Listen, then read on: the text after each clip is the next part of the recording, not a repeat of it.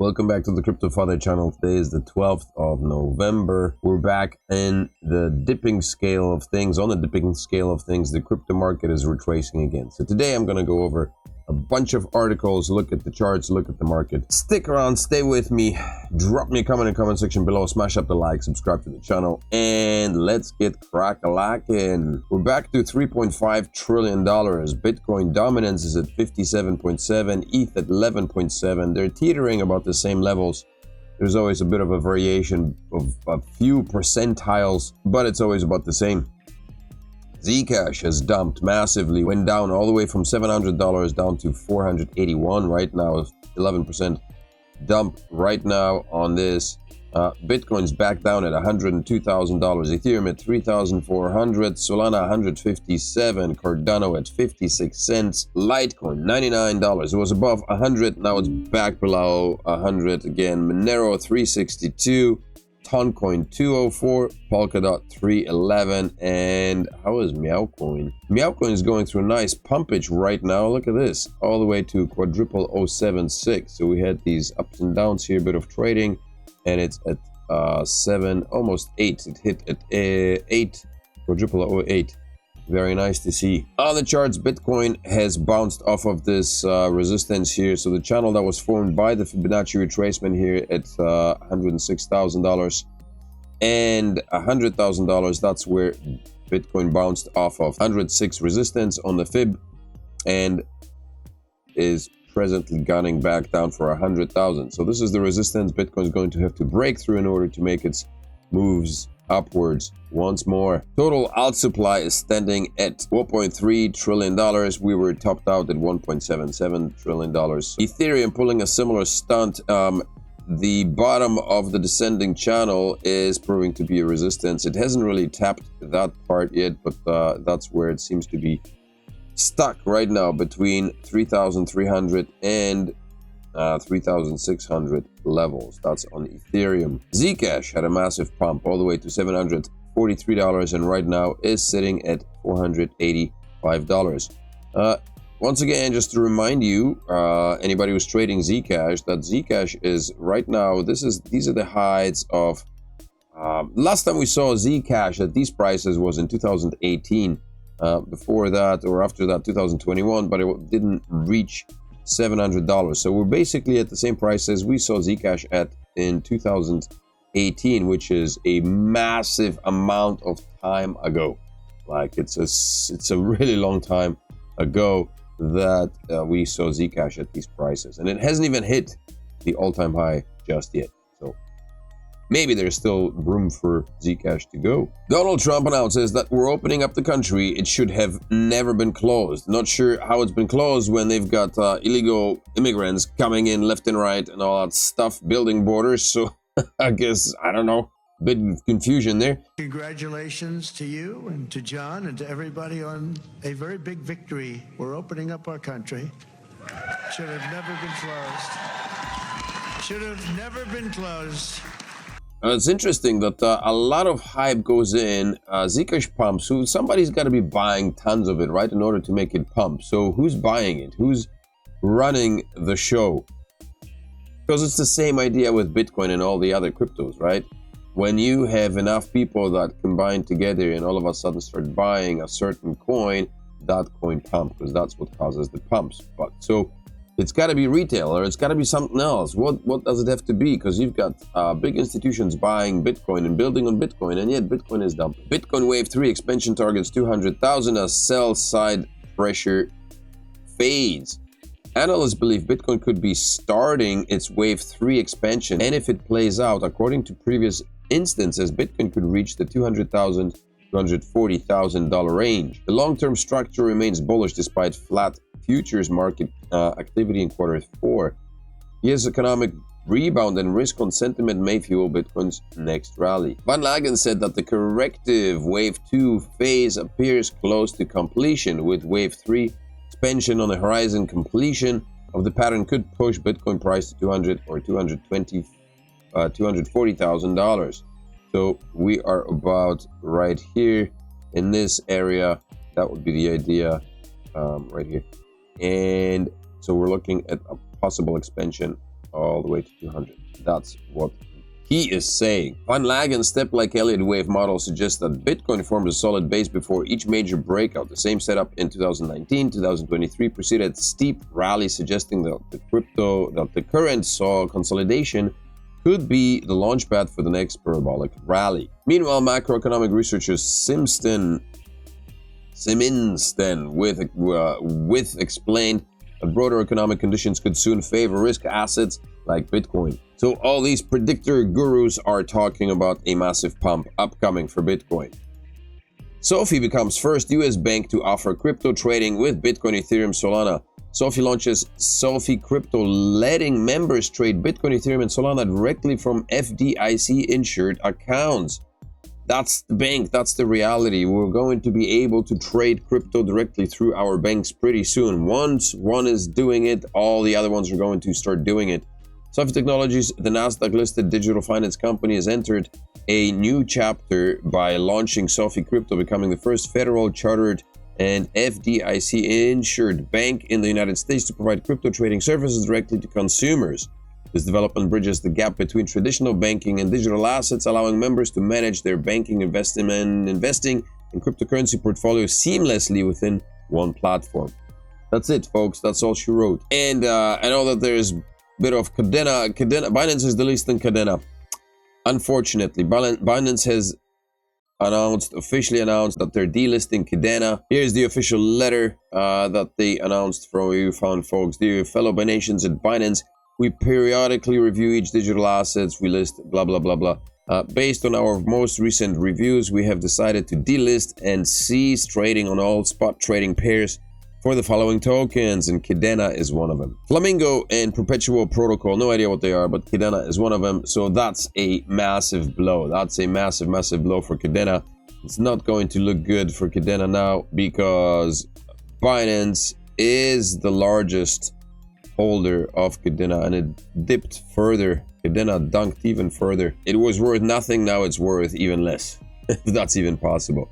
So Binance is gone from the list on CoinGecko. Now we've got only Gate, Digifinex. Oh, Binance is still here. Okay, so it's still listed here, but it's Binance against Bitcoin, Binance, Cardano, or Cardano versus Cardano Bitcoin, and Cardano USDT trading pair is still here. But most of them are gone, and I guess these are going to disappear as well pretty soon. Public Bitcoin miner CleanSpark plans 1 billion raise. The firm plans to fund shares purchases, data center growth, and debt reduction with the offering. They plan to raise 1 billion through a private offering of convertible notes, signaling an aggressive expansion push as it broadens into AI infrastructure. So this is just another plan for a money grab. Obviously, they're planning to announce another token sale for a possible AI infrastructure and collect more money, whatever the case may be. But it's supposed to be put into, towards the expansion of Bitcoin, the Bitcoin infrastructure. Bitcoin to bottom out in 300 days. Top expert forecast 38,000 to 50,000 price point. That's an interesting prediction. A leading market expert recently hinted at an impending bottom for Bitcoin, suggesting that within the next 328 days, the cryptocurrency could reach a price range between $38,000 to $50,000. Now, I know that a lot of people would hope for a $38,000 Bitcoin. I would certainly pick up a bunch of them if that were the case. But so the time frame for that is 328 days, which would bring us to about October the 26th. Here's why BlackRock thinks altcoins ETFs are totally worthless. BlackRock has been conspicuously absent from the latest wave of altcoin ETF rush, particularly for XRP and Solana. Some had speculated that the world's largest asset manager may jump on the trend at the last minute, but the firm appears to be comfortable with just Bitcoin and Ethereum. And why wouldn't they be? Why would they be mingling in with shitcoins? One has to be very wary going far down the table. With hundreds of thousands of crypto assets today, the vast majority of those are or will be totally worthless. Clearly, the firm plans to double down on tokenizing all traditional financial products, stocks, bonds, ETFs, and so its flagship tokenized money market fund, BUIDL, has grown to nearly $3 billion in market cap. Why would they bother with shitcoins? Why would they bother with alt ETFs? In the past year alone, BUILDL attracted over 2.3 billion in inflows, dominating the tokenized treasuries segment. And this is where what they're doing. They released the Ethereum ETF and now are tokenizing everything using Ethereum. And who needs anything else? The UAE digital dirham tested in first governmental transaction.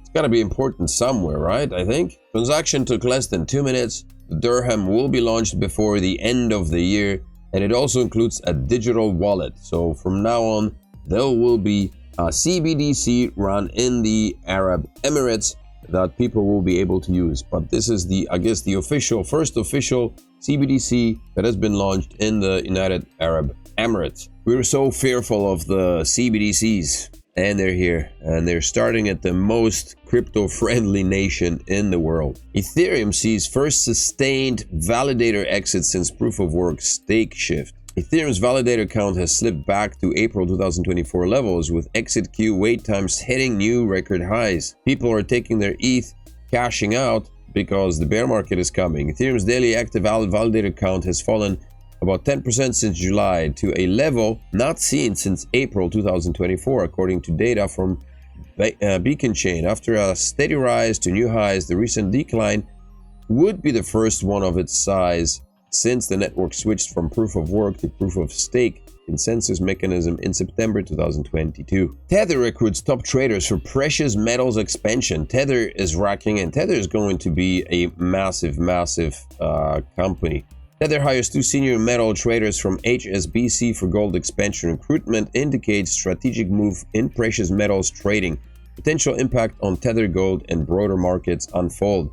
Ironically so, people thought that Bitcoin would be dominating the scene. It's not Bitcoin, it's Tether. It's the currency that bridges cryptocurrencies and fiat currencies. Despite all the FUD, despite all the negatives that you heard about Tether not being illiquid and all that stuff, this move could reshape commodity-backed crypto as Tether intensifies competition in gold markets, impacting institutional strategies and potential influencing the broader digital asset landscape. Cardano enters the global payments arena with WireX's multi-chain ADA card. Now, I don't know if this is a real thing.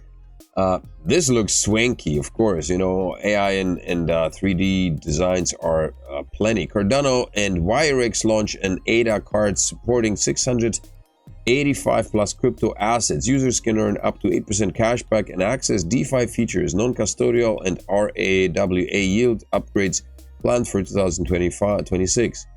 So this is interesting. Visa.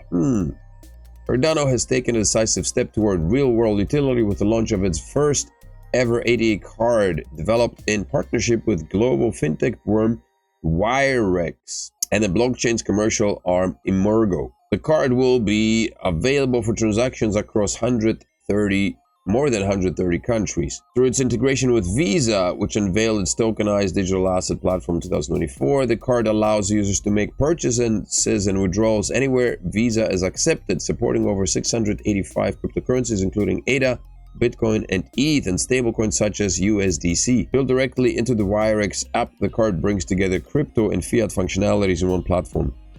All these cards are good. They're fine. You just need to be wary about these cards because, yes, they are available, but how long will they work? I mean, do you remember when Tesla was accepting Bitcoin for purchases and then they weren't? So I know that this is run through the Visa and MasterCards, but I personally would be very careful still for the time being, because it's kind of like, you know, the new testing ground for a brand new product. It might work. It could work.